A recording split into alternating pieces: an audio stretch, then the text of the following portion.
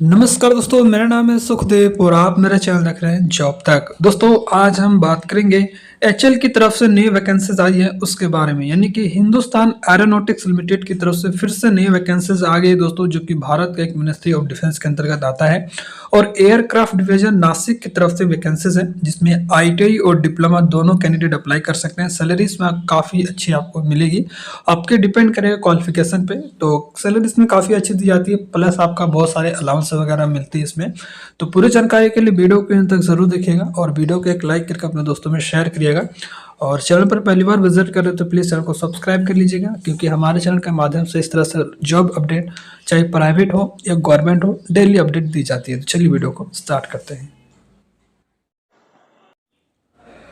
तो जैसे कि दोस्तों आप यहाँ पर देख सकते हो, ये इसकी ऑफिशियल नोटिफिकेशन है और ये रिक्वायरमेंट आपका आया दोस्तों हिंदुस्तान एरोनॉटिक्स लिमिटेड, जो कि एयरक्राफ्ट डिवीजन नासिक की तरफ से आया है। यानी कि जॉब लोकेशन दोस्तों आपका नासिक महाराष्ट्र में से रहने वाली है, और जिसका नोटिफिकेशन नंबर आप यहाँ पे रीड कर सकते हो।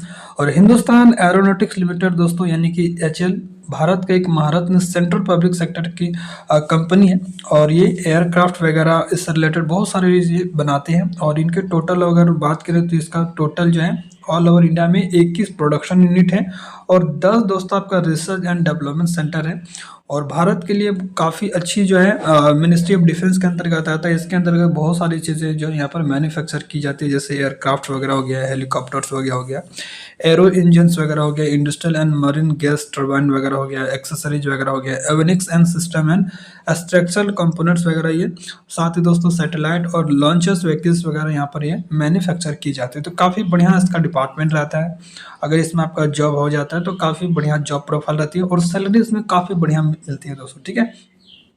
तो अभी जो वैकेंसी दोस्तों आपका आया दोस्तों एयरक्राफ्ट डिवीजन नासिक की तरफ से, तो यहाँ पर अलग अलग पोस्ट के लिए टोटल अगर पोस्ट की अगर मैं बात करूँ तो 57 पोस्ट आपका रहेगी, जिसमें आईटीआई और डिप्लोमा दोनों कैंडिडेट इसमें एलिजिबल होंगे, ठीक है। तो सबसे पहले अपन बात करते हैं जिस पोस्ट के लिए आप अप्लाई करेंगे, वहाँ पर आपको एक पोस्ट कोड दिखेगा। तो जिस पोस्ट के लिए आप अप्लाई करेंगे तो अप्लाई करते इसमें जो भी आपका ट्रेड है, जो भी आपका ब्रांचेज है, वो आपका अलग अलग पोस्ट कोड है। तो वो आपको पोस्ट कोड को आपको देख के अप्लाई करना है, ठीक है। उसके बाद दोस्तों जैसे यहाँ पर पहला जो पोस्ट है आपका ऑपरेटर D6 का है, ठीक है, जिसमें इलेक्ट्रिकल के लिए है।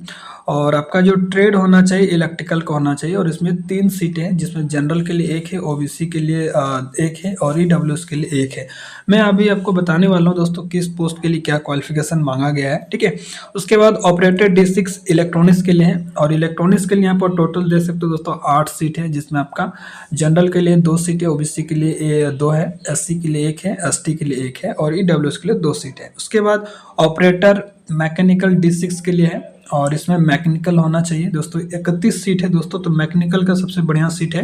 31 सीट है मैकेनिकल डिपार्टमेंट के लिए, जिसमें जनरल के लिए 15 सीट है, ओबीसी के लिए 8 है, एससी के लिए 3 है, एसटी के लिए 2 है और ईडब्ल्यूएस के लिए 3 सीट है, ठीक है। तो D6 के जितनी भी पोस्ट होता है वो आपका डिप्लोमा होता है, ठीक है। तो D6 वाले जो भी कैंडिडेट्स हैं, डिप्लोमा वाले कैंडिडेट अप्लाई करेंगे। और उसके बाद है दोस्तों आपका ऑपरेटर C5 फिटर के लिए, ठीक है। फिटर के लिए भी ठीक ठाक सीट है, 11 सीट है फिटर के लिए। अगर मैं कैटेगरी वाइज सीट के अगर डिवाइड करूँ तो जनरल के लिए 5 है, ओबीसी के लिए 3 है, एससी के लिए 1 है और एसटी के लिए 1 है और ईडब्ल्यूएस के लिए 1 सीट है। उसके बाद ऑपरेटर C इलेक्ट्रिशियन के लिए यहाँ पर 4 सीट है, ठीक है, जिसमें ओबीसी के लिए ओनली जो है 4 सीट है। तो इलेक्ट्रिशियंस अगर आपने आईटीआई किए हैं और आप ओबीसी हैं तो ही आप अप्लाई कर सकते हैं, अदर कैंडिडेट इसमें अप्लाई नहीं कर सकते, क्योंकि ये बैकलॉग की वैकेंसीज है। तो ओबीसी वाले ही कैंडिडेट अप्लाई कर सकते हैं, ठीक है। अगर ऑल ओवर सीट की अगर मैं बात करूँ तो यहाँ पर देख सकते हो दोस्तों 57 सीट है। तो अपने आईटीआई और डिप्लोमा पास आउट किए हैं रिलेवेंट ब्रांचेस से, तो आप अप्लाई कर सकते हैं, ठीक है। कुछ सीटें दोस्तों आपका पीडब्ल्यूबीडी कैंडिडेट्स के लिए, जो कि हैंडीकैप कैंडिडेट्स के लिए यहाँ पर जो कुछ सीटें जो है रिजर्व रखी गई है, जिसका यहाँ पर पोस्ट कोड और आपका ट्रेड वगैरह यहाँ पर दे सकते हो। और सुटेबिलिटी फॉर पीडब्ल्यूडी, तो बहुत सारे हैंडीकैप की कैटेगरीज होती हैं, 40%, 30%, इस तरह से। तो अलग अलग कैटेगरीज के अनुसार से कुछ सीटें जो उनके लिए अलग स्पेशल जो रिजर्व रखी गई है, ठीक है। अब यहाँ पर एसेंशियल क्वालिफिकेशन और अगर एक्सपीरियंस की अगर मैं बात करूँ तो आप अगर ऑपरेटर D6 इलेक्ट्रिकल के लिए अगर अप्लाई करना चाहते हैं तो आपका डिप्लोमा इलेक्ट्रिकल इंजीनियरिंग वगैरह से रहना चाहिए, ठीक है। आप अगर ऑपरेटर D6 इलेक्ट्रॉनिक्स के लिए अप्लाई करेंगे तो आपका diploma electronics and telecommunication, electronics and communication वगैरह सारे इसमें अप्लाई करेंगे। ऑपरेटर D6 मैकेनिकल की अगर मैं बात करूं तो दोस्तों डिप्लोमा आपका मैकेनिकल इंजीनियरिंग वगैरह से रहना चाहिए, ठीक है। अगर मैं बात करता हूं दोस्तों ऑपरेटर C5 का, तो फिटर के लिए अगर अप्लाई करेंगे तो 10th के साथ या 12th के साथ दोस्तों NTC या ITI होना चाहिए, ठीक है। यानी कि आपका 10th के साथ ITI होना चाहिए फिटर ट्रेड से, या आपने ITI नहीं किए हैं तो 10th के साथ आपने 3 साल का अप्रेंटिस वगैरह किए हैं फिटर ट्रेड से तो भी अप्लाई कर सकते हैं। आपका ITI दोस्तों NCVT से होना चाहिए और अप्रेंटिस दोस्तों नेशनल अप्रेंटिसशिप सर्टिफिकेट रहना चाहिए, ठीक है। तो ये क्वालिफिकेशन रखा गया ITI वालों के लिए।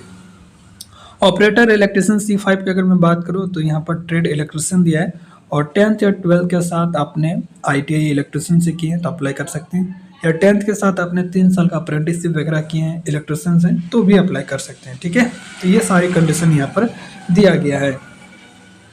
एग्जाम वगैरह की बात करें तो दोस्तों आपका ट्रेड से रिलेटेड ही एग्जाम पूछा जाएगा, बाकी कुछ क्वेश्चन जो आपका नॉन टेक्निकल भी होगा, ठीक है। और रिटर्न एग्जाम होगा सबसे पहले, तो रिटर्न एग्जाम में दोस्तों OBC और जनरल और EWS के लिए 60% लाना पड़ेगा आपका जो भी रिटर्न एग्जाम होगा, और SC ST और PWD है तो 50% मार्क्स लाएंगे तो भी आप क्वालिफाई हो जाएंगे।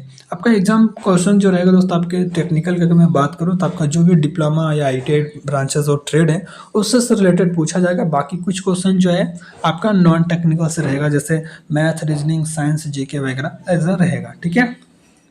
आप यहाँ पर एज लिमिट की बात करें तो एज के जो काउंटिंग होगा दोस्तों 21/11/2024 के आधार पर आपका मैक्सिमम 28 साल होना चाहिए और मिनिमम जो है 18 साल होना चाहिए, ठीक है। तो मैक्सिमम 28 साल आपका EWS और जनरल कैंडिडेट्स के लिए है। अगर OBC हैं तो 3 साल का एज में छूट मिलेगा, और SC ST है तो 5 साल, और PWD है तो आपका अलग से एज का रिलैक्सेशन मिलेगा। बाकी एक्स सर्विसमैन का अलग से जो भी गवर्नमेंट्स के रूल्स है उसके आधार पर एज का रिलैक्सेशन आपको मिलेगा।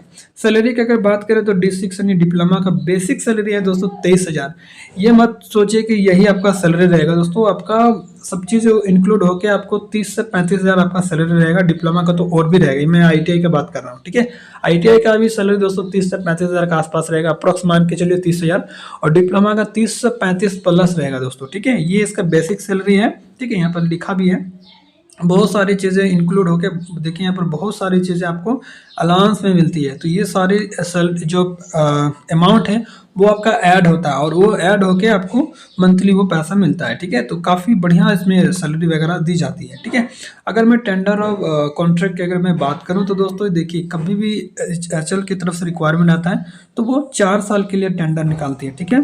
4 साल के बाद हो सकता है आपका टेंडर एक्सटेंड भी करेगा, डिपेंड करेगा इनके डिपार्टमेंट और इनकी रिक्वायरमेंट और प्रोजेक्ट्स के आधार पर, ठीक है। तो इनकी प्रोजेक्ट अगर चलती है तो आपको और भी टेंडर को एक्सटेंड भी करेगा, और इनके तरफ से काफ़ी दोस्तों अभी इनके जो है प्रोजेक्ट्स है तो अभी ख़त्म होगा नहीं, तो हो सकता है आपका कॉन्ट्रैक्ट एक्सटेंड भी होगा। और प्राइवेट कंपनी जॉब करने से बढ़िया दोस्तों आप यहाँ से अगर जॉब करेंगे तो 4 साल में काफ़ी एक अच्छा आपका सेविंग भी हो जाएगा और जॉब प्रोफाइल अच्छा रहेगा, और इनका एक्सपीरियंस काफ़ी जगह आपको काम भी आएगा, क्योंकि महारत्न कंपनी है और एरोस्पेस से आपका एक्सपीरियंस है तो कभी भी आपको जो है बेरोजगार होने की चांसेस नहीं रहेगा, क्योंकि बहुत सारी प्राइवेट सेक्टर की एरोस्पेस कंपनी है। अगर HL का एक्सपीरियंस आपका रहेगा तो बहुत ज़्यादा चांसेस आपको वहाँ पर जॉब मिल जाएगी, ठीक है। वैसे टाटा की तरफ से हर बार निकालती है वैकेंसीज, तो वहाँ भी काफ़ी बढ़िया आपको अपॉर्चुनिटी मिलेगा। आखिर 4 साल में आपका काफ़ी बढ़िया एक अमाउंट आपका सेविंग भी हो जाएगा, ठीक है। जो भी कैंडिडेट शॉर्टलिस्ट होंगे वो उसको 8 वीक का आपका ट्रेनिंग होगा। ट्रेनिंग के बाद आपका जो है जहाँ पर इनकी रिक्वायरमेंट रहेगा उसके आधार पर आपको वहाँ पर पोस्टिंग रहेगा।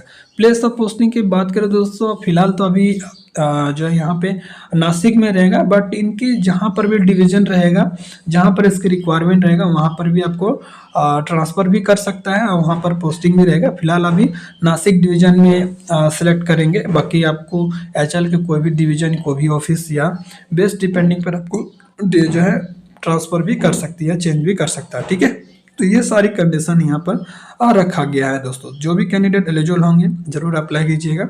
फॉर्म दोस्तों ऑलरेडी स्टार्ट हो चुका है, ठीक है, 21 से ही और जो भी एक्सपीरियंस जो भी सर्टिफिकेट है वो आपका कंप्लीट हो जाना चाहिए 21/11/2024 तक। ठीक है, ऐसा नहीं कि आप प्रोसेसिंग में है और रिजल्ट वगैरह वेटिंग कर रहे हैं तो वैसे कैंडिडेट्स में एलिजिबल नहीं होंगे। अप्लाई आपको देखिए कब तक करना है, देखिए इसका एडवर्टाइज जो है 28 से स्टार्ट हुआ है और लास्ट डेट इसका फॉर्म भरने के लिए है वो आपका 9 दिसंबर है और एग्ज़ाम का भी डेट दे दिया दोस्तों, 22 दिसंबर का आपका एग्ज़ाम भी हो जाएगा। ऐसा टेंटेटिव है बट आपको मान के चलिए इसी डेट में एग्ज़ाम हो जाएगा। फॉर्म भरने के लिए मैं लास्ट डेट बता दे रहा हूँ दोस्तों, 9 दिसंबर तक आप इसका फॉर्म भर सकते हैं। ठीक है, फॉर्म ऑलरेडी स्टार्ट हो चुकी है। बाकी कोई भी जानकारी के लिए चैनल को सब्सक्राइब कर लीजिए, जो भी एडमिट कार्ड वगैरह एग्जाम का रिलेटेड कोई भी अपडेट आएगा रिजल्ट से रिलेटेड तो मैं अपने चैनल में ज़रूर अपडेट करता हूँ, इसलिए चैनल को सब्सक्राइब करें और साथ ही बेल आइकन को भी ज़रूर प्रेस करें। मिलता है अगले वीडियो में, तब तक के लिए टेक केयर, जय हिंद और वंदे मातरम।